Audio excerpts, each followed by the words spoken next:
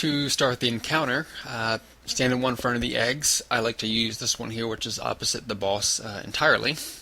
There is about 6 to 7 eggs actually around the perimeter of the zone. Importance to the eggs is when the boss actually gets over them, you're going to want to break the egg. This will cause a slight duration stun on the boss, plus spawn a little add.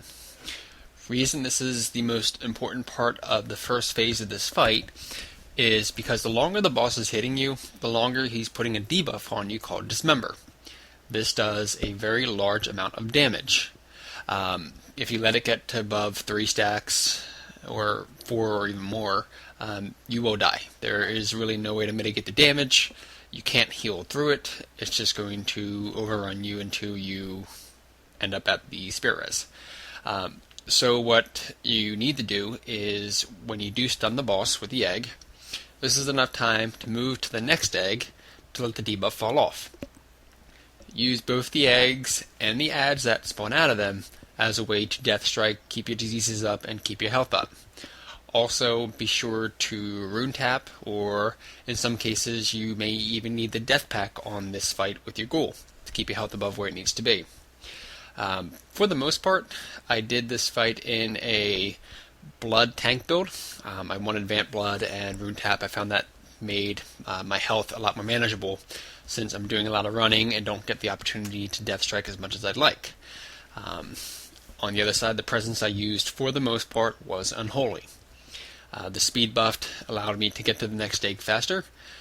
Plus, in some cases, like after this egg right here I'm going to kill, you have to actually wait for the eggs to respawn. So this requires you to do a lot of running around the zone to allow the eggs to respawn, and because you're not stunning the boss with the egg, his speed does increase, so the more you can keep your distance, the safer you'll be.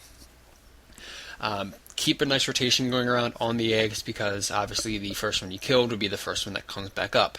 So you may need to do a pass or 2 around the area.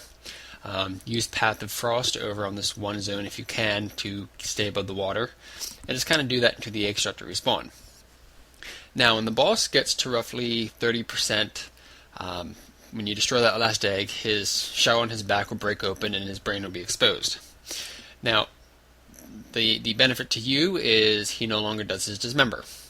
On the downside, he does hit a lot harder and does a poison debuff. Now, the poison debuff you really won't need to worry about. It doesn't do much damage. You can let that stack very high and it's pretty manageable.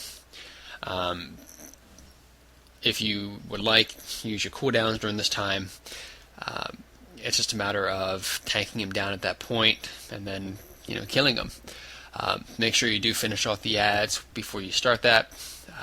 Any extra damage that you can avoid in that last phase is important and makes the fight go smoother. Don't be upset, like I said, if it does take you a few tries to get this. This is a very hard encounter. One of the harder fights for us to solo, just for the way the debuff works and the gimmicks that are involved. Alright, so thank you for watching this video guide.